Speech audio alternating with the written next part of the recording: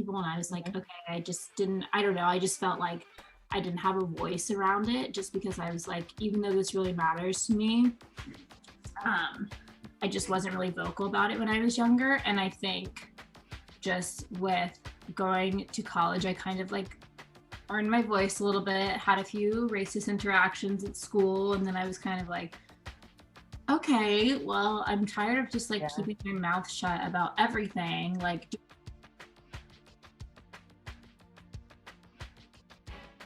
hey everybody, what's up? It's your girl Raquel Mornings back with another episode of Mood 24/7. And today I am so lucky to have Bailey Brown with me. Woo woo! She is here to talk to me about support systems and Black Lives Matter. And so we're going to get straight into it because, I mean, I feel like she's so smart and has so much to say, and I want to hear it all. So, first thing first, Bailey, tell me about your support system. Who is your support system? yeah, okay. Hi guys, I'm really excited to be here. I hope I say everything correctly, but I'm really proud. Support systems, my family is probably my biggest support system. My parents have always honestly allowed me to just, any idea, any thought I had, they've always just been like there, like, yes, let's do it. Actually, I feel like my parents encourage me more than I encourage myself. Like my mom every day calls me and she's like, well, I live with her right now, but I live with my whole family right now. But she's like, you need to be an entrepreneur. You need to be doing this, like, you know, girl boss vibes. Like she's always like, let's do this. You need to be doing this. Why are you not marketing yourself this way? And I think they've just always really been supportive. Like any idea I had, like going to LA for the summer to intern, wanting to study abroad, they've just been like, you know what, go do it. Because they just don't, I think, want me to live with any regrets. But aside from my parents, I think, especially now, I think I really have a really great support system of friends.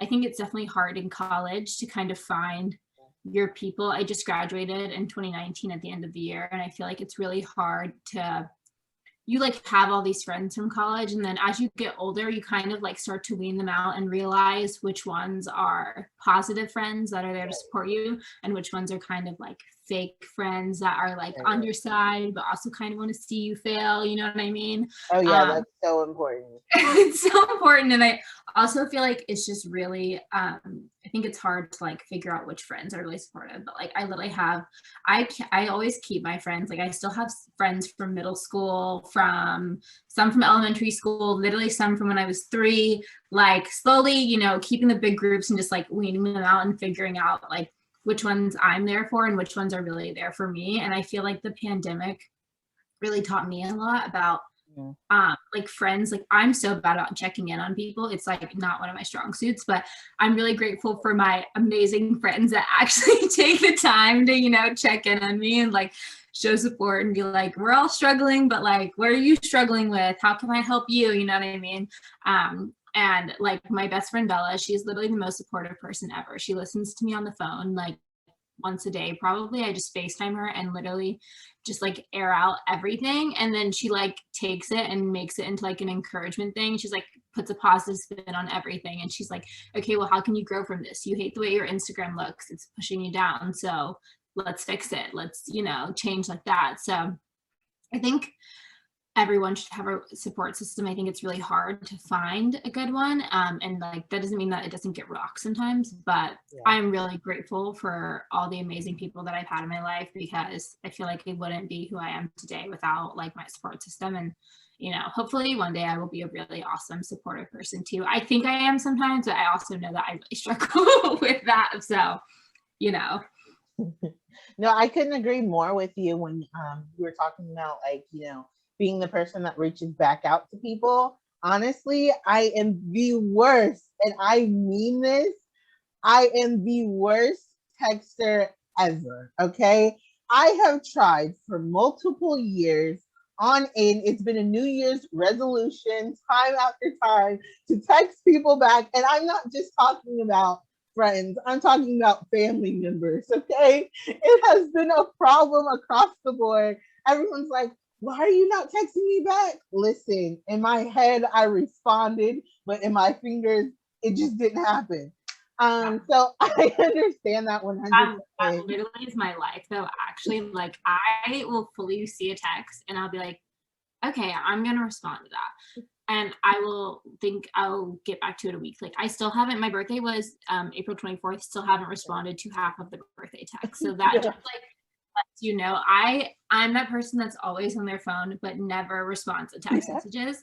I'm like, if it's urgent, then like text me 4 times and then I will respond because I will see the like 4 messages and I'll be like, okay, I have to respond to this. But like family members, like they should forget about it. They just need to call me if it's urgent. Like, Yes. Yes, most definitely. Because I'm most definitely the type of person. I would say like my soul is almost old school when it comes to it for like phone calls. I'll pick it up, no problem. I'll hear it and I'll be like, oh, my phone. But a text message, I'll be like, okay, yeah, I'm gonna answer that when I do this. And then when I do that, I forget to answer that. So I mean, I get that 110%. So let's get into how do you think you ended up forming your support group with your friends? Because I know that is not easy at all. Like you were saying, picking the friends that want to be there for you and want to support you in or about telling you, hey, well, let's get this done, versus the ones who were like, secretly wishing you to fail. Because I understand that completely. Been there 100% and had to take a step back and realize that about a lot of people. So, how do you think you personally picked, or it just kind of happened? Because I know for me, a lot of times it just kind of happens. You got that support group behind you. yeah. So honestly, like two big things happened, I think, just forming my best friend Bella. She's always been there. I met her when I was interning in LA. She's amazing. But I think with my college friends, I had a really big shift because I don't know if you know this, but my last year I stayed a semester late to be president of my sorority. I was the first African American like president for Yes, any like, congratulations. sorority at my school. This is in 2019, so I stayed late to be president because I had always wanted to be president, and I was like, I'm in no rush to graduate. I'll get a minor, whatever. Um, and I think being president, it came with so many challenges. Actually, that entire experience, that was like the worst year of my life, but I'm really glad that it happened because I really enjoyed being president. It was very hard on me though. And I think it made me realize who my real friends are because they were the ones that would actually like, follow through on rules that I had to do. Like, it's not like I wanted to have to be this like mean enforcer almost, but Right. kind of I feel like when you're put in like a leadership position almost sometimes it tests your friendships Oh and yeah. you realize like, okay, my friends realize like this is what I have to do. I think it's definitely depending on what kind of leader you are, obviously, but I think that was one of the really big things that happened because I was like, okay, well, all my friends doing this are my actual friends because they realize like how much I'm struggling and how much I'm going through to try to make everything, be perfect or whatever. And I think that made me realize a lot like who's on my side or people that want to just like see me fall because I also Right. feel like that happens a lot when you're in leadership positions. Like people are waiting on your like downfall. You know what I mean? Right. Right. Right. I think that taught me a lot in 2019. And then also, I know we're going to talk about Black Lives Matter, but I went to Kennesaw State, and it is predominantly white. And I was in a sorority, so I was surrounded by a lot of Southern people that didn't really like think the same way that I thought. And I feel like in college, like we'll talk about that too when we get there. But I think after college, with just like me kind of realizing what was really important to me and being very vocal and kind of sharing like my like own personal Black experience, but also sharing like why, like having to even share why Black lives mattered to some of my friends and ask and kind of question them and be like, why haven't you, not saying that you have to post to be, share something, but kind of posting goes into knowing that you're actually having the conversations with your family members and you know what I mean, and various things like that. And I think the whole just with George Floyd, it really made me wake Yeah. up and question a lot of my friendships and my support system because how can you support me if you don't support Black Lives Matter? Like, you don't Right. support my life, you don't support my family's life. And so that was a really big thing for me. It was really harsh, I feel like, for me to go through, because I was just like having to question a lot of my friendships, and a lot of good things came out of me questioning them, because I found out, okay, my friends, a few of my friends, they're willing to learn, they're willing to understand, they're willing to educate themselves. But the friends that weren't, I was like, total cut off. Like, Right. I can't Yeah, have you you in have my to. life because I'm open to helping you, and we're learning and you're figuring it out. And I know you haven't been like faced with this before, but I think that was like a big thing for my support systems, like with my college friends, at least, having to question them and like bring them up. And so it can kind of all just kind of fall into place. Everything happens for a reason, for sure. But yeah, it was very interesting, 2019 and 2020. Other than that, like, all of my, I think, middle school and just high school friends and childhood friends I've had, like, if we stayed friends, we stayed friends. You know what I mean? I think they've Yeah. always been a great support system. And, also it's like one of those things where your mom will see someone and be like, no, you do not need to be friends with that person. And Yeah. you, in the moment, you don't trust it, but later you're like, okay, my mom was kind of Like, I right. see what yeah, I see what you're talking about. Yeah, most definitely. I can understand that 110% of the way. Just like seeing and hearing people just talk about Black Lives Matter and having that uncomfortable conversation, and whether it was, on social media having it, or whether it was off social media having it, and whether it was with family members or with friends, just having it and explaining it to the younger, I would say the younger kids of my family, was something that I definitely took serious. Just, making sure that I was just being aware of, like, what it is they were doing or what I was doing and that type of thing. Like you said, we will get into that, but I do want to talk a little bit more about your support system. Um, what what how can I say this? What is a time that you can say that you've just been thankful for your support system? I know you were talking about your hardships, but what is another time that you can name off the top of your head that you were just so grateful for your support system? Because, not all support systems support you the way you need to be supported. Like, Yeah. sometimes you want that pat on the back, and then, like, your support system's like, get up. We don't have time to pat you on the back. Like, Yeah. you got to be strong. So, what would you say, like, what ways have they supported you? And when you have had your support, how has it been? Like, was it like the hard support that you needed, or was it like hard support and then later on down the road you were like, okay, looking back, that I probably needed that hard love versus the hug I was looking for versus the Yeah. pat on the back that I was looking for. So go ahead and talk to me about Okay. just that Definitely in a few general. things. A few times are coming to my head. First, just like with everything, with my dad just recently having cancer, I've really, I'm sorry to hear we've been surrounded by so many people, and so much support and love. And so I think I've realized, I haven't really told that many people, but it's not like it's a secret or that. anything. Um, but I've realized how thankful I am to just like have amazing family and friends. And then I kind of realized that not everyone also has that. And I feel like right now it's like a lovey kind of like, smushing, like smotherly, like, I want to make sure you're okay. That kind of support's going on right now. But what I can really think about is like during the pandemic. The pandemic's still going on, but in the beginning of the pandemic, like last year around summer, I guess, I was really struggling with my mental health. I Yeah. obviously, I think everyone in the world was, like, it wasn't just me, but my parents, as soon as I graduated in 2019, which my parents are an awesome support, I literally wanted to immediately start working. Like, I've always been the kind of person that's had a plan. I'm like, I need to get this, I need to Right. do this, I need to do Right. this.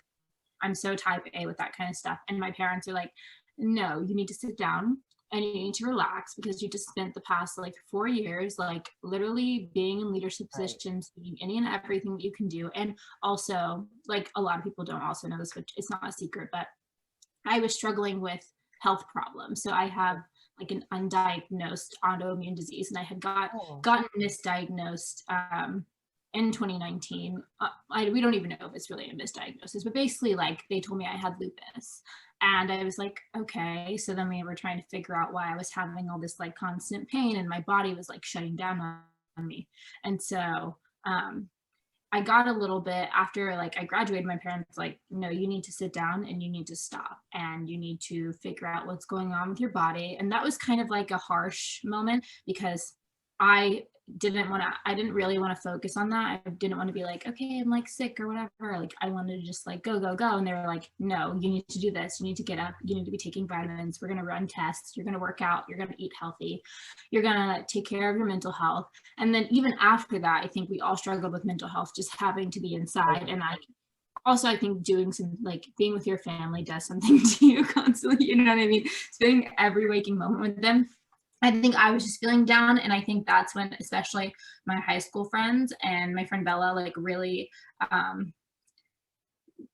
like had a harsh moment with me and they were like, you need to prioritize your mental health. You don't have to tell us what's going on, but you need to take this time. And I think that's when I've definitely been the most grateful for my support systems because even though I don't really love like harsh love, I definitely really needed it because I'm still, it's a growth. Like you don't just like wake up and like you're happier, but you know what I mean? I think it's all over. I definitely think it's like a learning thing that I'm on right now. And I'm still figuring out my health thing. But if my parents and my friends weren't really super harsh on me about it, I don't know that like, I would really take the time to figure it out. I think I would just try to like shove it under the rug and be like, oh, it's not that important or whatever, you know what I mean?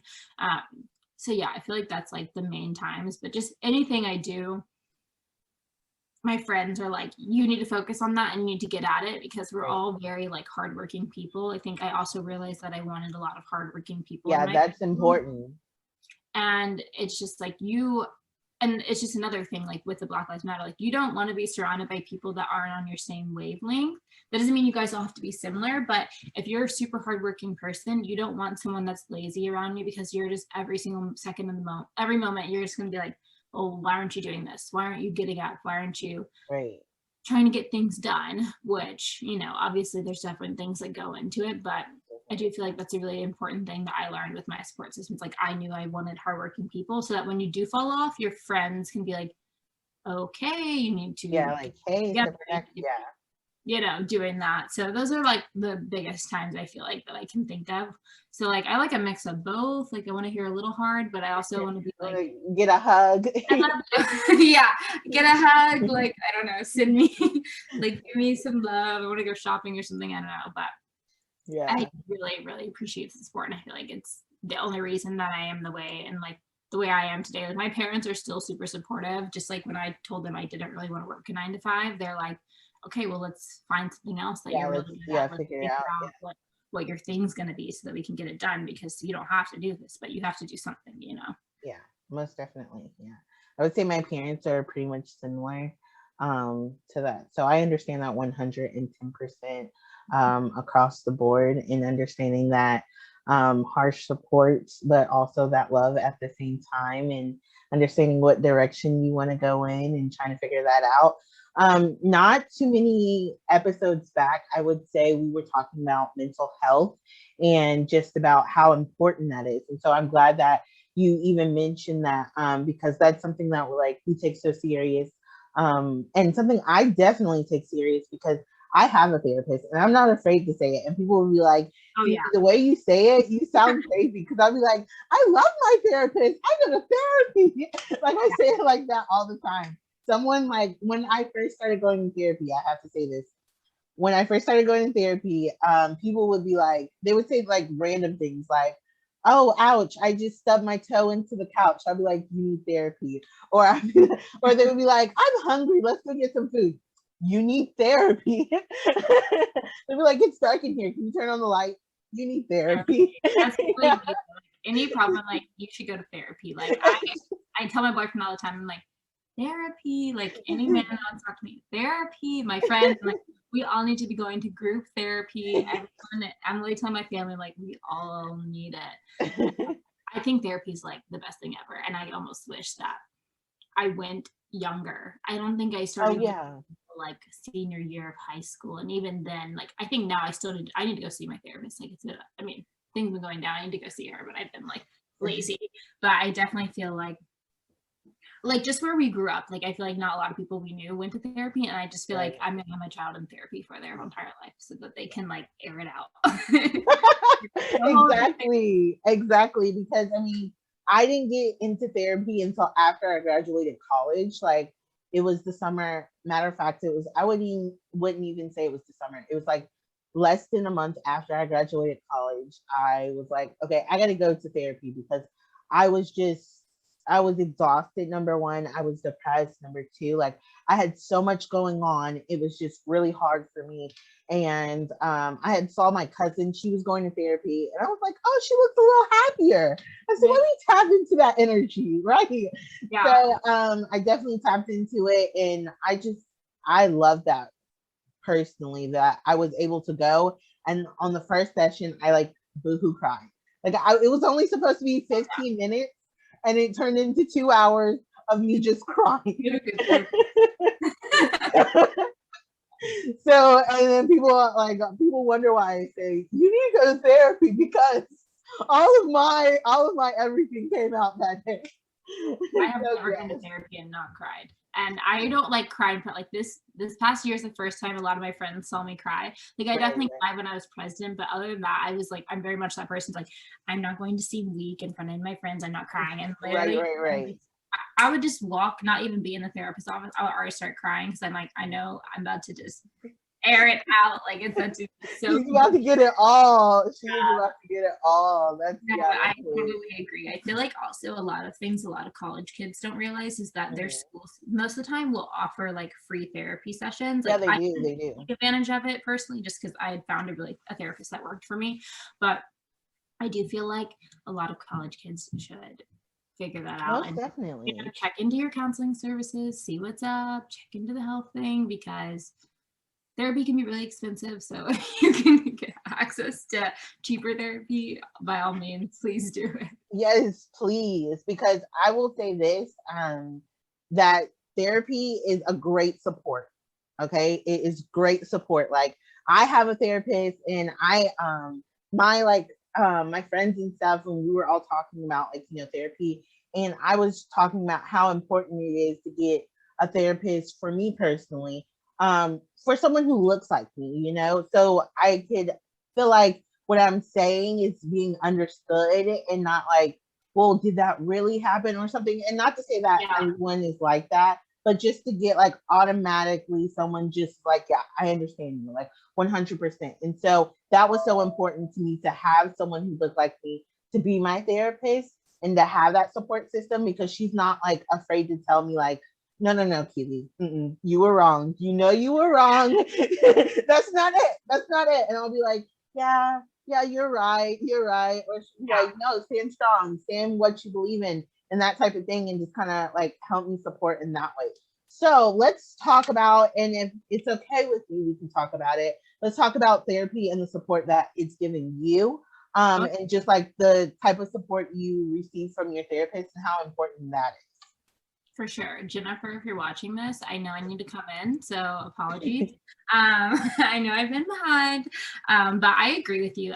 My therapist, she's a Black woman and she's amazing. And I think I didn't even really get any other options, which I'm really glad. My mom found my therapist for me through one of her friends.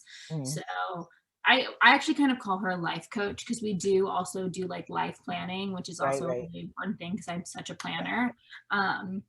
But I feel like I think it's really important also sometimes for at least like Black women and just Black people in general for them to have someone that does look like them so they can kind of like understand what you're going through, especially just like some things I dealt with in college. Like I just don't know that another therapist would be able to be like, oh, I know how to respond to that. You know what I mean? I'd be like, okay. But I think definitely therapy has been a great support system. I think I need to get on myself about going more regularly, but every time I go, I instantly feel better. Not saying that it just fixes all the problems because you also like implement things that you learn in therapy, which I do sometimes struggle with because I'm like, no, it's gonna be fine. I'm just gonna push it under the rug. but nobody's perfect. So, but I definitely feel like going to therapy has really helped me just because I'm someone, especially for people that um, like to be very strong. Like, I don't want people to ever see me be weak. So I never wanted to share what I was going through from fear of like being misunderstood or Yeah, most definitely. whatever. I obviously cry around my family constantly. They like literally think I'm a crybaby, but I don't cry around anyone else. So everyone else would be like, "Oh my god, is she okay?" Like, she's You crying. good? Yeah. Okay, like what's going on? I've never seen you cry in like this kind of setting, but I totally feel like for a lot of people that don't feel comfortable sometimes sharing with everyone what they're going through, therapy is like really the perfect option. And I feel like it's something that everyone should invest in. I know it's so expensive. Therapists are making a grip, literally, but I feel like it's so necessary because, I mean, who else can you? I mean, you can talk to your friends, but you also have to realize like constantly like weighing your problems on your friends can also affect your Oh friendships. yeah. And so, like, for instance, like one of my friends, she's a total like friend therapist.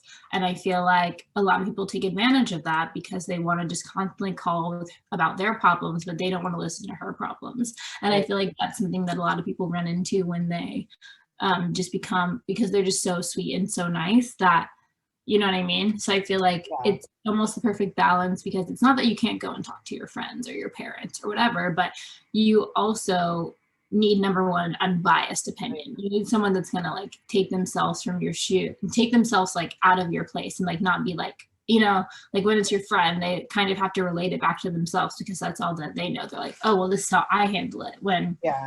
I feel like a therapist really actually is like, this is how maybe this is going to work, what's best for you, or this is how you think. And so this is how you know, function or whatever.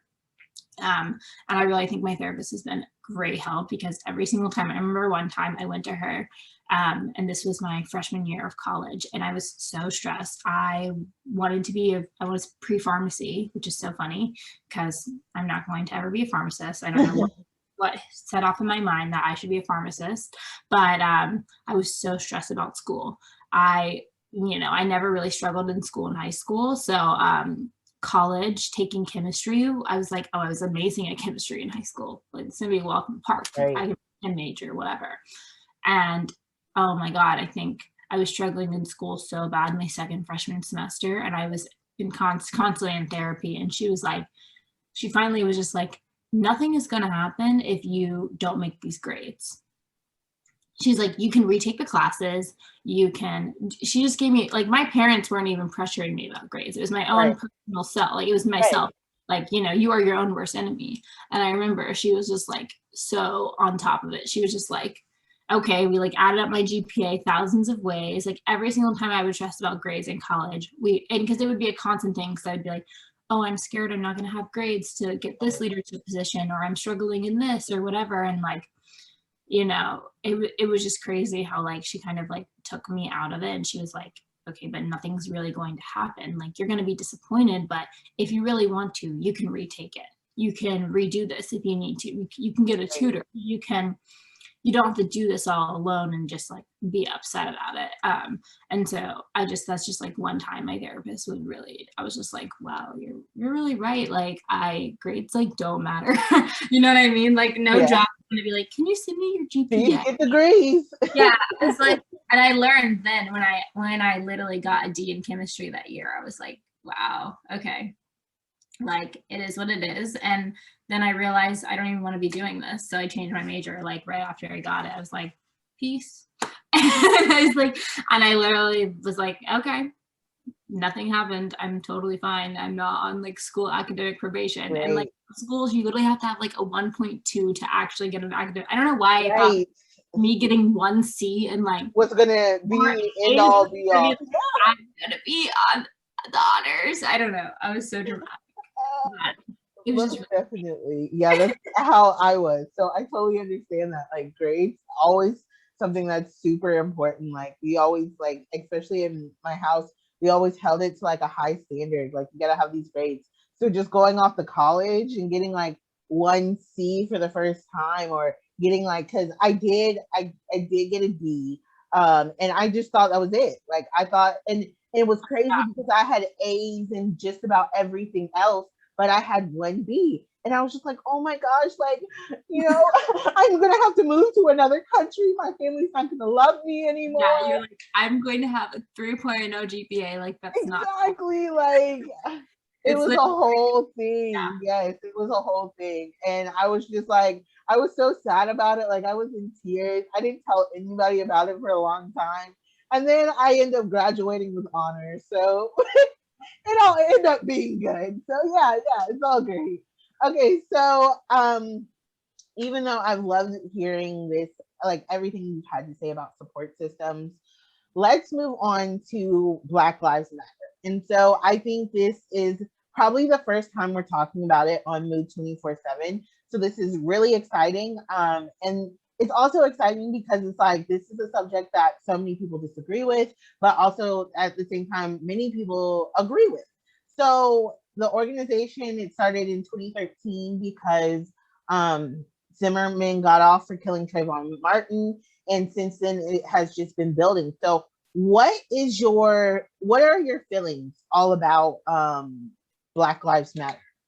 Yeah, so like I think when Trayvon got shot, I think it was 2012 maybe, and then he got off in 2013. And I feel like I mean, we kind of grew up in this bubble, and I was really obviously upset and saddened. My family was upset, but I didn't really I mean, obviously I was young. I was like in high school or something, and I wasn't really thinking, I need to be like really vocal about this just because I've always been surrounded by, a ton of white people. And I was like, okay, I don't know. I just felt like I didn't have a voice around it just because I was like, even though this really matters to me, I just wasn't really vocal about it when I was younger. And I think just with going to college, I kind of like earned my voice a little bit, had a few racist interactions at school. And then I was kind of like, okay, well, I'm tired of just like keeping my mouth shut about everything. Like, do I know everything? Definitely not. I don't know everything, but I also know my own personal experiences. And I know the experiences of other Black people in this country. And so I think with especially George Floyd and then Breonna Taylor, like it was just, I just woke up and I was like, I need to be number one, sharing how I feel about it, because I think that's really the only way that you educate people that disagree when like, I personally feel like you can't really disagree with it. You can disagree with some of the actions that are going on, like, but you can't really disagree with like human life. Like you can't argue that someone deserves to be shot in their sleep by the police. Like argue that someone can like gun down a teenager. Like there's there's no argument to that. You can argue that like you pulling on someone's neck is like okay. And I feel like it's not this like big, it's literally just like a humanitarian issue. Like it's not a Republican Democrat issue. It's like you either care about Black lives and you understand oppression and just everything that Black people have gone through in this country, or you don't. And I think a lot of people haven't really been faced with it. So I think in the beginning, I was very open to people learning about it. And I'm like, if you want to learn about it, here's some resources. I think it is hard because often like Black people that do have a lot of white friends feel like overwhelmed because they feel like they have to like teach all their friends, when also like we're grieving as a community. Trying to process this. We're scared for our family members. We're scared for our own lives. You know what I mean? And so I feel like, I don't know. I think this 2020 was a really intense year, but I'm really happy that it happened because now I'm personally more comfortable with sharing how I feel about things and, being like, this is important to me. Like Black lives are important to me. My life is important. My family's life, other people's lives matter to me. And it's not just, it goes into Black lives and then later it goes into like Asian American lives and just everything like that. And it's just, I think it's kind of crazy that people can like almost be like justify it not being like they're like, oh, it doesn't matter. I'm like, no, Black lives matter. Like Black people matter. I don't know. It's just, it's really it's the problem. Yeah. Like most definitely. Like your life because nothing changes. But in reality, like I'm I've had awesome privilege, so like nothing really is like my life is totally okay, but it still affects me like mentally and emotionally, and it makes me scared for other people because I don't want people in my community, you know, like my little brother, he's 18, like I don't want him to just be a target because of his skin color. Like that's Yeah. not, it's just like I just don't know how people can argue, I guess, against that and be like, Yeah, no, most definitely. I understand that 110% of the way. It's something that, like you were saying, you just get to a point where you get tired.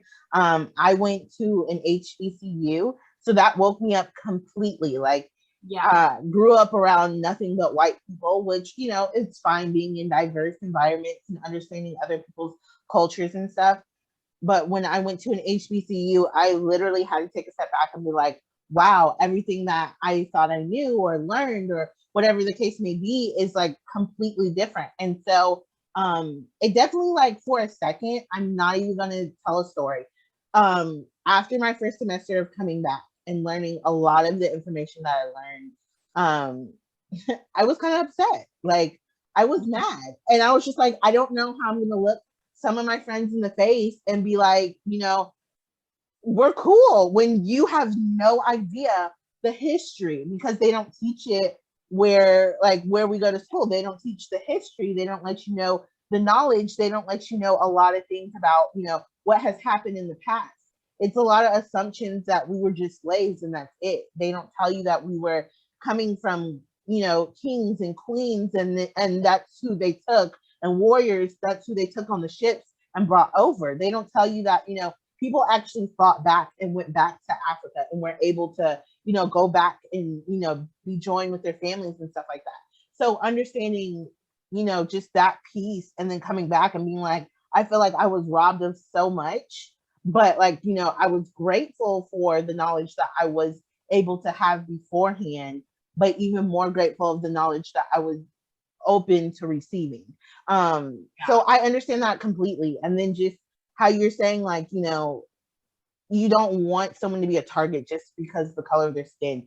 That, it literally terrifies me. It makes my skin cringe. It drives me crazy every time I hear somebody else has become a hashtag. It's literally a whole entire issue. And the fact that, like, we even have to argue about it, and then it becomes a thing where it's like people want to go against it so hard to say that Black lives almost don't matter, that you have to say all lives matter. And it's not like we're saying, you know, no other life matters. That's not what Black Lives stands for. It just yeah, means that we matter too.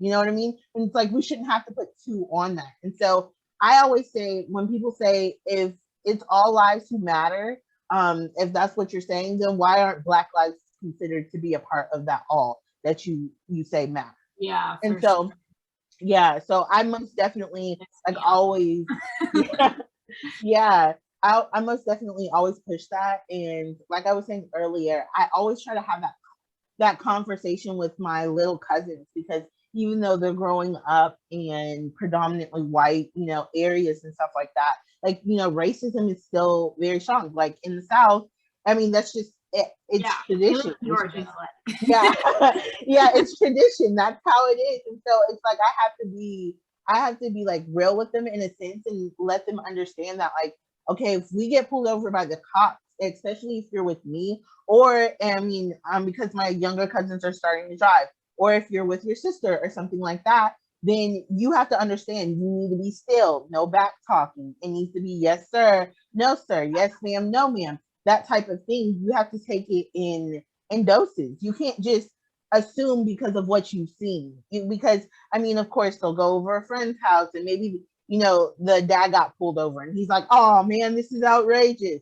We can't do that same thing, because then they'll get nervous, and it could be as simple as messing with the air freshener, and, you know, and then the cop shot the young guy. So I mean, it's just, not like you going to get your ID. They tell you to get your ID and then you go get it, and they're like, "Dude," yeah, like it's like no.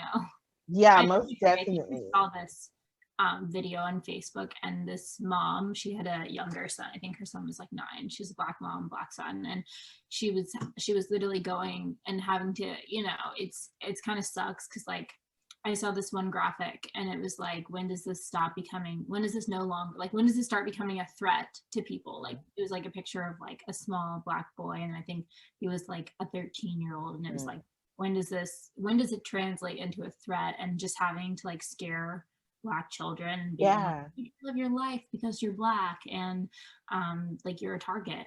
Really, Yeah. you know what I Like mean? all of a sudden you're scary and stuff like that. Yeah, most definitely. But Because I totally, mean, you have to film every single time you get pulled over, like pull you, out your phone, you because got to record, put it on record or not many people something. Like you know got how to do that.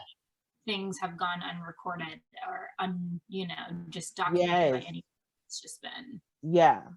Crazy, crazy, crazy. Yeah, most definitely. I always say, you have to, you kind of have to be like more, what is it? More, gosh, I guess more particular in that type of situation. You have to be like more aware. That's the word I'm looking for.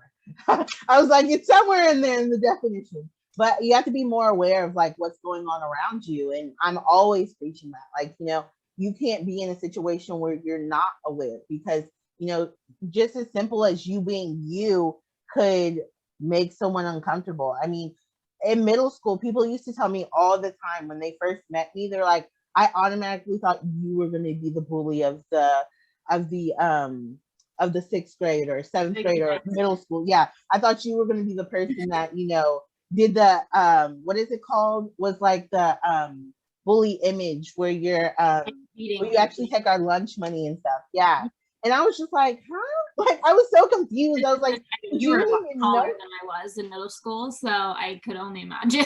Yeah. And No, so I was just like, but you didn't even know me. Like I wouldn't even say two words. Like my nothing that I ever said or did that. Like I wasn't walking around going, oh, I'm angry. Like, like so it wasn't ever a situation where I was ever trying to portray that to anyone or I was doing that to like, in any type of way. So it was just really interesting when people would like say that, and even if it would be like as a joke and it would be laughed off, I would be like, okay. So if you see me as a threat, yeah, like if you see me as a threat and I'm just sitting here, that means that like who knows who else could see me as a threat, and I'm just sitting here. And that's the importance of Black Lives Matter, of us trying to get people to understand that our color of our skin does not mean that we have a weapon on us. Our color of our skin does not mean that we can't speak correct English. Our color of our skin does not mean we can't do the same things that, any other race accomplishes. And there's just so much that, we, we can do and we can accomplish and stuff like that. But there's just so many stereotypes on us. It's hard. And it's like, what's even more crazy is like I was a bully or I was an Oreo because I'm speaking correct English. It's Oreo just like, yes. and then like you're not really like you're like a white Black girl. Like, Yeah. like no, or Black white girl. Like what's that mean? Yeah, right.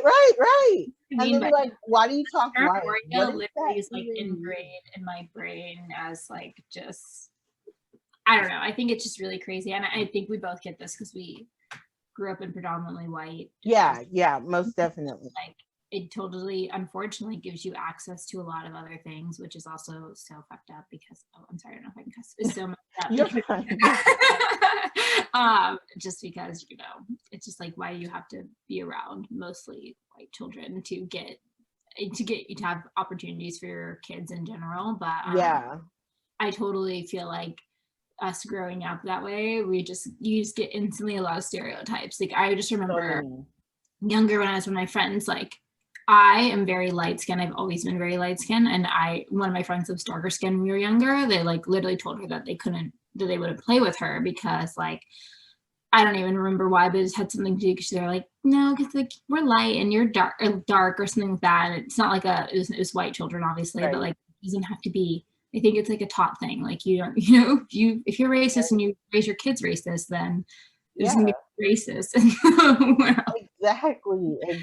I don't think a lot of people like, and even just like I have a very large friend group from high school, and a lot of them are white, and I think it was really important to us when everything like with George Floyd was going down, that we talked to them and explained how we felt about it so that they could kind of know, because I feel like almost people that are so privileged don't have to be faced with anything. And so them having to like know that someone close to them or their friend is struggling with them, then they almost are like, oh wow, like this changes the way of thinking. And then when they eventually have kids, they're going to raise their kids differently because they're Right. realizing that, you know what I mean? Like, oh wow, like what, I don't know, not necessarily their parents aren't bad people, but you know what I mean? That it's just an inherent thing. Like you have to break the cycle, and you have to Yeah. be, if you raise your kids to make them feel like they're more so not supreme, but like, you know, they're better than everyone based on their skin tone, then they will Yeah. be. And I feel like that's just like a thing for just not just like my friends, but you know, I mean, just everyone. It's crazy how I think the cycle. And I was also I was reading this article, and it was like, we don't understand how oppressed we are. And like, Oh yeah.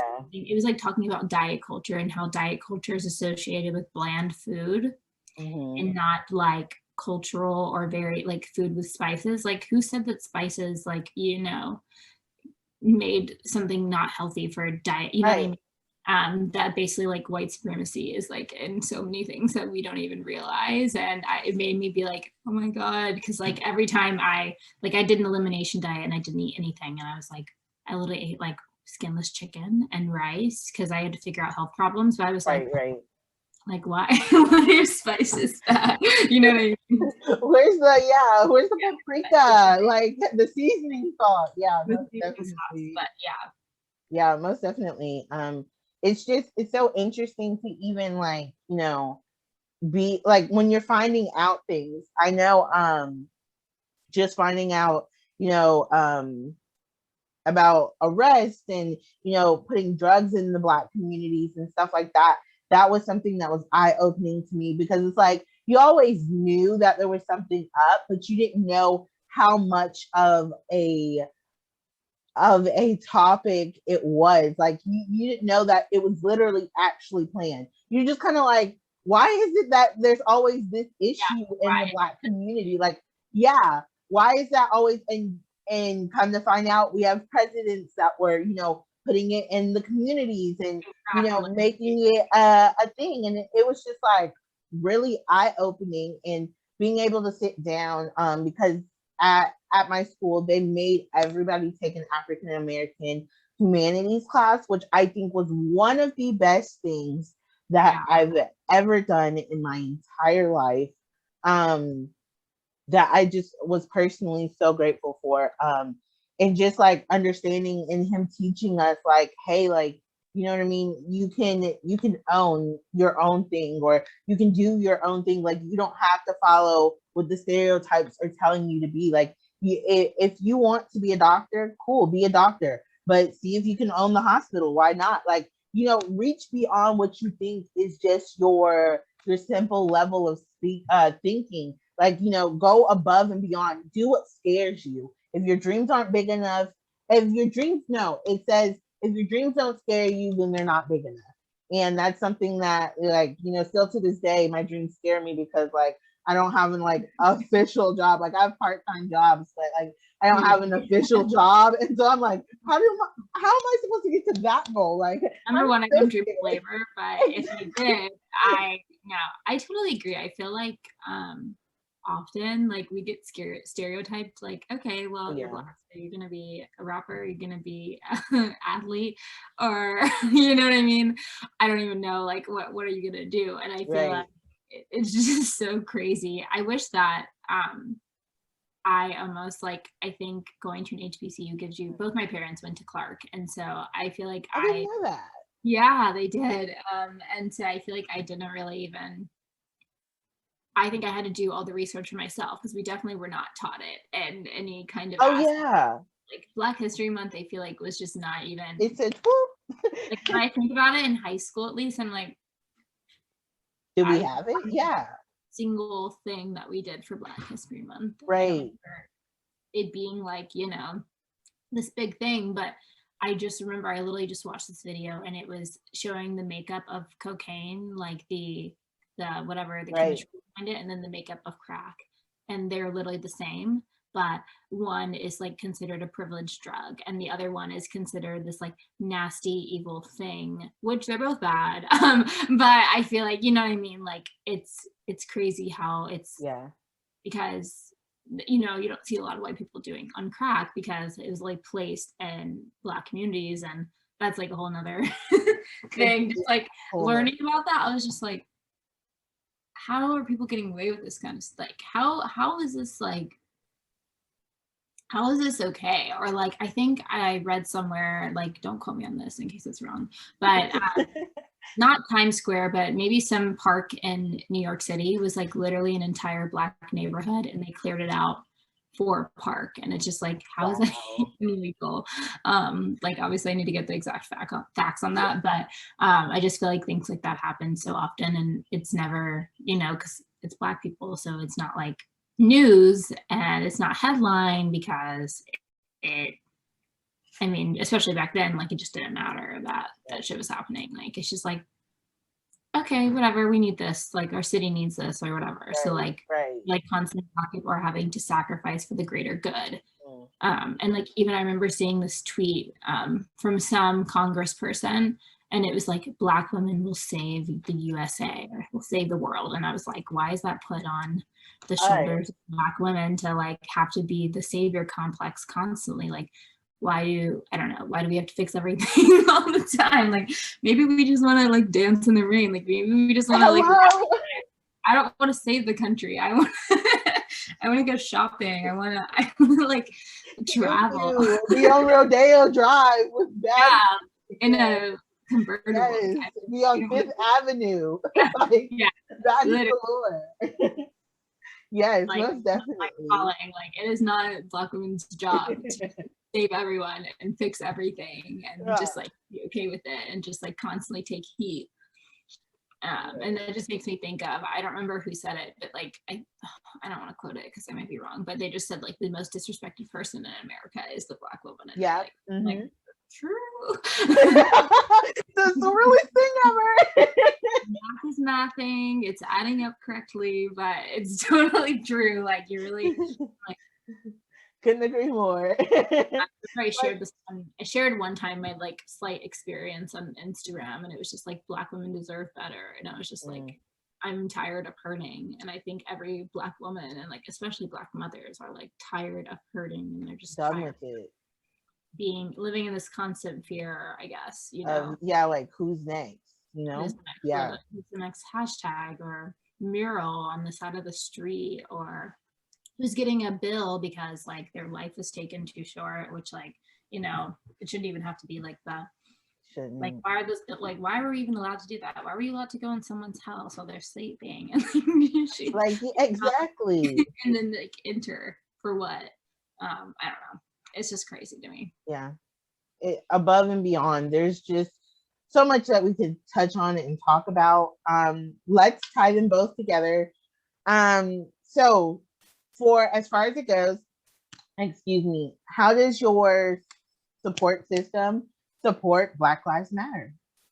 Yeah, I don't think I have anyone in my support system now that does not support Black Lives Matter. That's not actively learning and educating themselves as to how they can, number one, like, you know, combat racism. And like, I remember I saw this thing and it was like, you can't be anti-racist if you're not actively like being anti-racist or something. I butchered it. But, you know, if you're just like, you can't just like support Black Lives Matter. Like you have to educate your friends and family. You have to educate others. It's not saying that you have to like share graphics on Instagram or blah, blah, blah, or post about it. It's more just like, what are you doing to actually be a part of the change? And now I really don't have anyone in my life that I feel like doesn't support Black Lives Matter because as I kind of mentioned earlier, like I had a full breakdown with so many of my friends and I'm really grateful for all my friends that are here. Like everyone that basically got like not attacked is not the word, got what's the word where you like confronted about it, like, you know, and making sure that we aligned with it. And some people stepped up to the plate and either they were like, of course I do, or they were like, you know, I've never thought about it. It's time for me to get educated. It's time for me to think about it. And I really value what you've gone through as a Black person, and I want you to know that I support you. And then anyone else that was just like, I don't really get into politics. Like, Queen, this is not a politics thing. Like, this is It's about a life. about life. Like, okay, let's say your dad was literally someone kneeled on your dad's neck for 8 minutes. You want to tell me that you don't want justice for that? And you don't like, and it was even worse because your dad's like, I mean, this person is white, but you know, I'm like, imagine your dad was Black and then he just like was trying to cash a check, and you know what I mean? Yeah. So I feel like that is just, I'm now really grateful that, and it seemed really uncomfortable for me in the moment to like have to, because I've never had to do that. Not that I never had to do that, I never chose to do that. Right.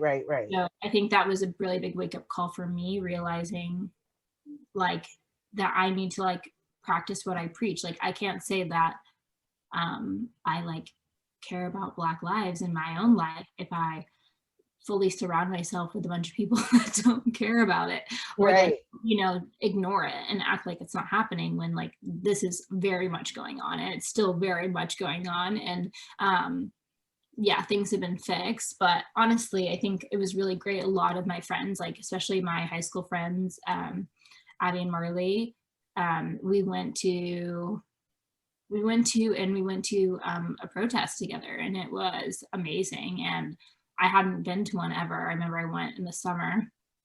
Like, I think George Floyd had passed away like end of April or something like that. Mhm. And I think the protests were just picking up in Atlanta like in May.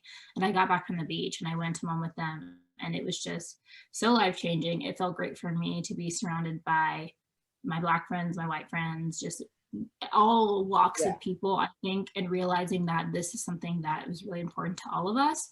And even though I didn't even know some of the people at the protest, like I remember my friend Simi brought her friends, and I didn't know them, but I instantly felt supported by them because I was like, you guys don't have to be here. Yeah. It doesn't really, not that it doesn't affect them, but I'm like, you're choosing to use your privilege and like your voice to like, you know, do good. Come out and yeah. It was really awesome for me because, and it was awesome seeing my friends everywhere else go to them and be a part of the change. And I was like, okay, these are the people that are supporting me. And even if you couldn't go to a protest, if everyone hates like false not activism, you know what I mean? Like, Right. oh my God, Black Lives Matter on Instagram. Or, I remember I saw this thing and these girls were like pre-gaming the protest. Like, oh my God, it was so annoying.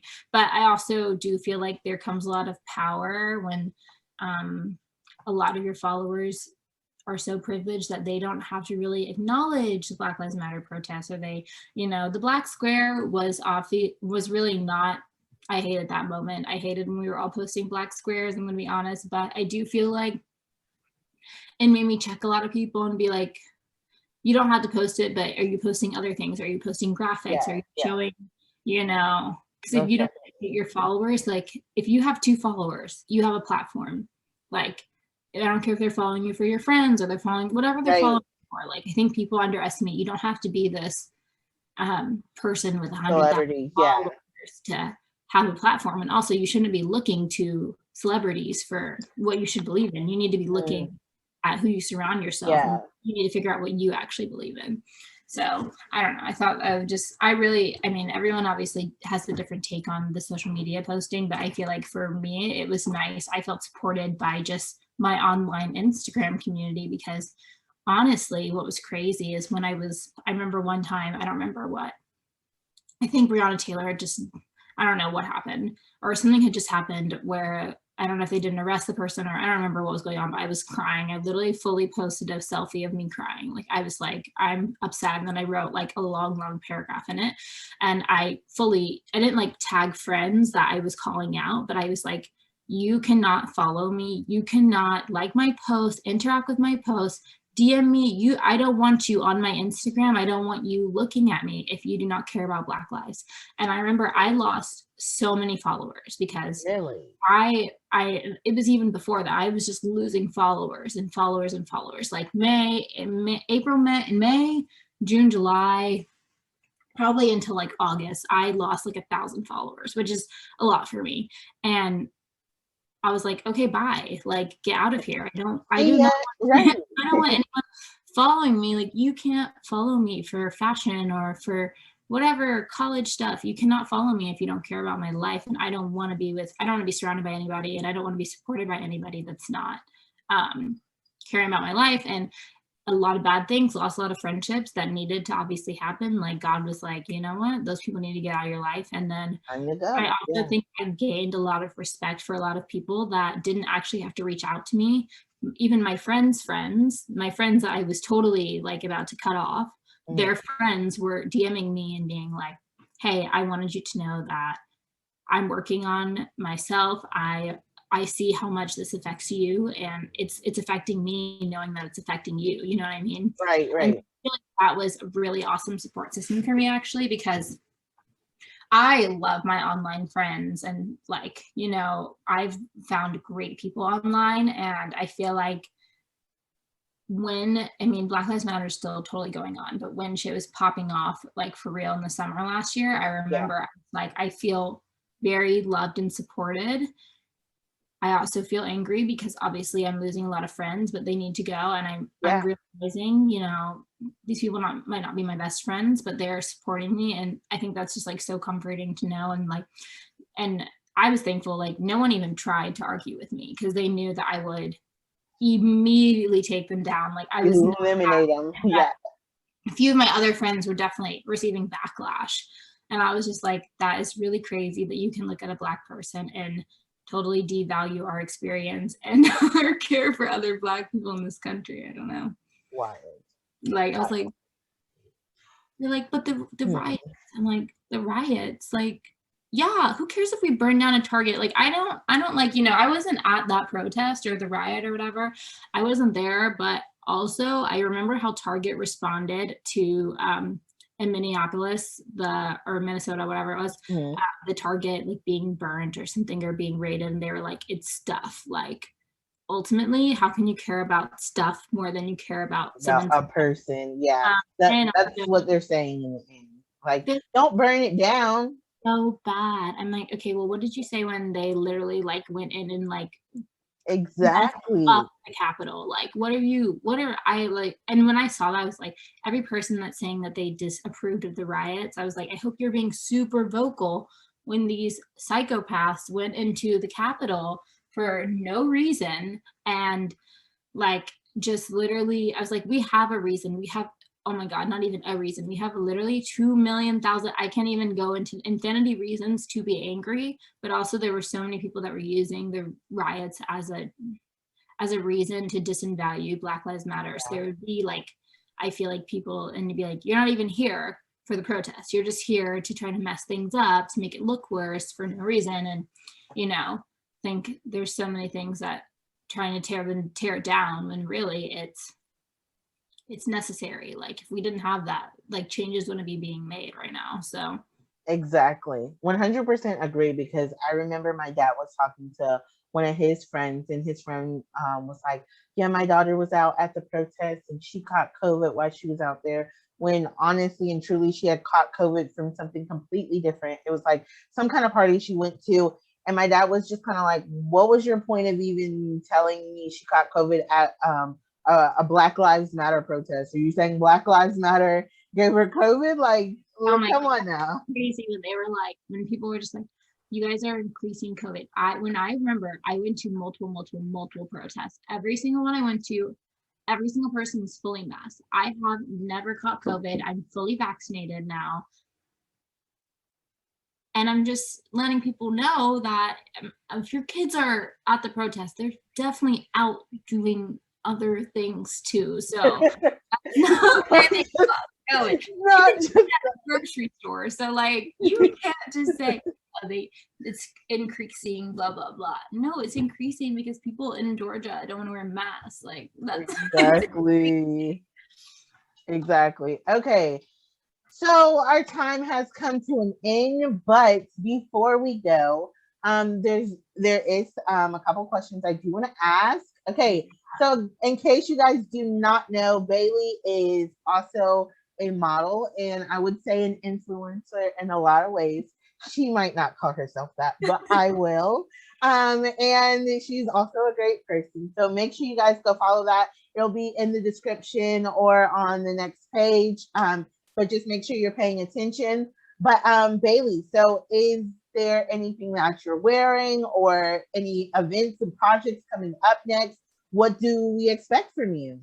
Yeah. So, okay, I know she'll put it in, but my Instagram is at Bailey Taylor Brown. And I've been kind of doing, I guess, I hate the word influencer, but there's no other word. Yeah, So right, like right. kind of use that. I like a micro influencer. I have under 10,000 followers, but I have always loved fashion and just Mhm. honestly oversharing on the internet. If you couldn't tell by this entire podcast, I love to overshare. I have no filter. And so on my Love it. TikTok's the We love same. it. And I literally just overshare on the internet for that is my job right now. And I literally love it. I do hauls. I love clothes. I'm a total shopaholic. I feel like I'm always either opening products, shopping, or it's just, I need to find someone to fund it because I'm like, I don't know how I'm just doing all this, but I really love that. That's really what I do. And then I do model. I'm signed in Atlanta right now. Woo And woo. it's been cool. I have some great clients that have used me over and over again. And they're awesome. I love working with them and I enjoy modeling. I love oversharing on the internet more though. So ideally, I would love for that to be my career. TikTok is so fun. I used to hate on it for sure, as I think every single like 24-year-old did. Just because like we didn't understand it. And like I'm still a Right. Vine stan until I literally go into the grave. I love Vine.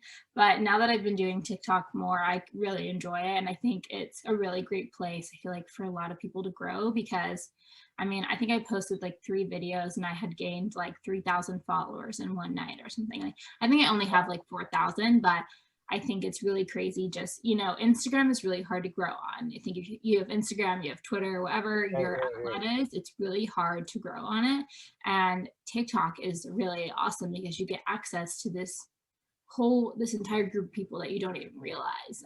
Right. So I think that's really cool. So that's really expecting wise. I'm always wearing new things. I'm definitely not a minimalist, which is so sad, working on being more ethical, but I love clothes and I'm that person that wants a new outfit for every single event.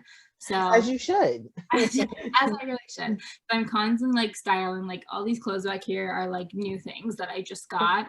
But I love clothes and I just love, sometimes I don't always put them together how I envision them, but I'm always getting clothes. So if you enjoy watching lots of clothes, then please come my way.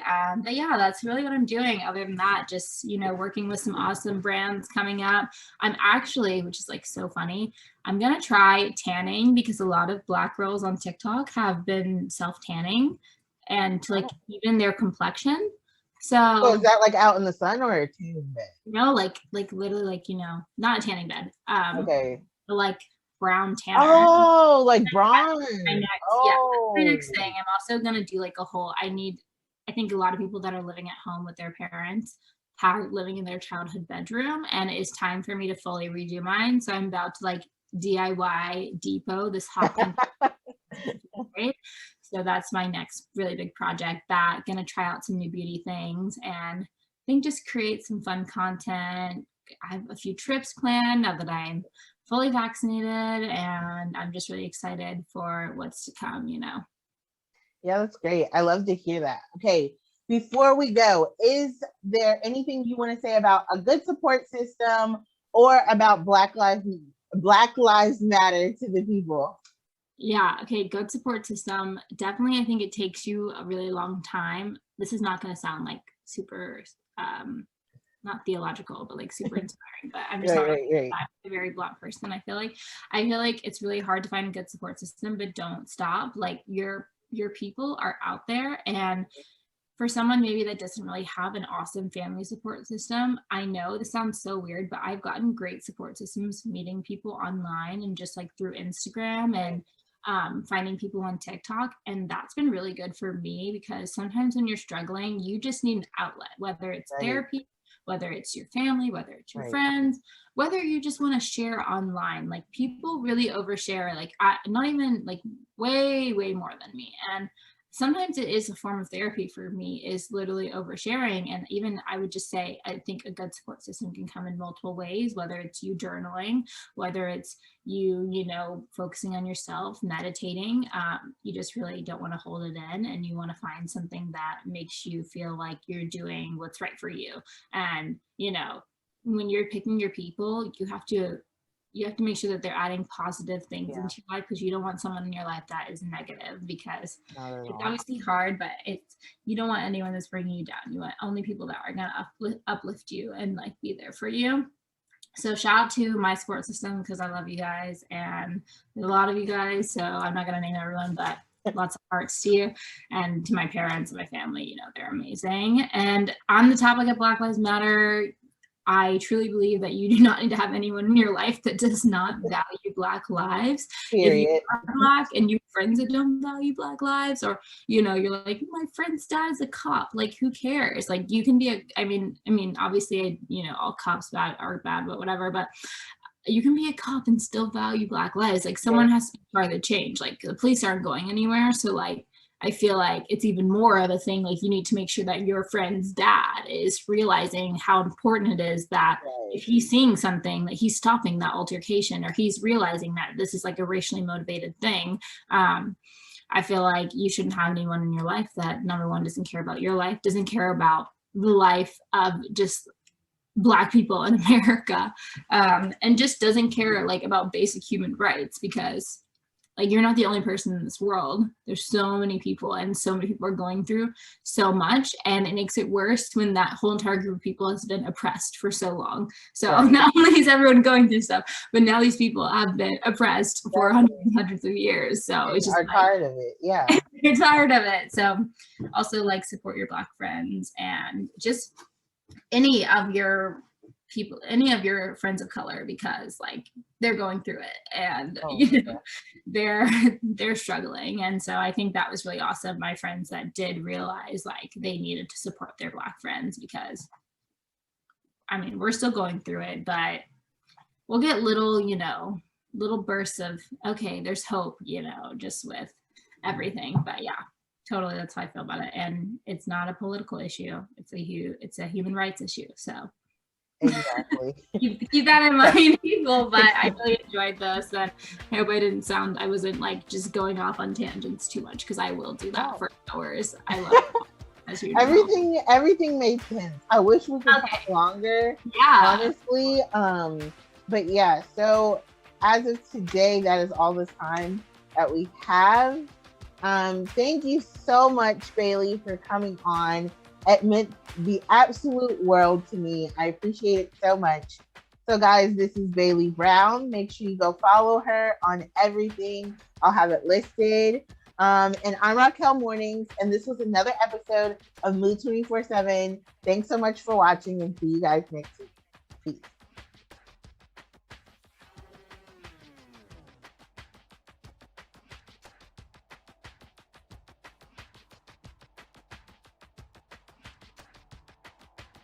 Ready? 3, 2, 1.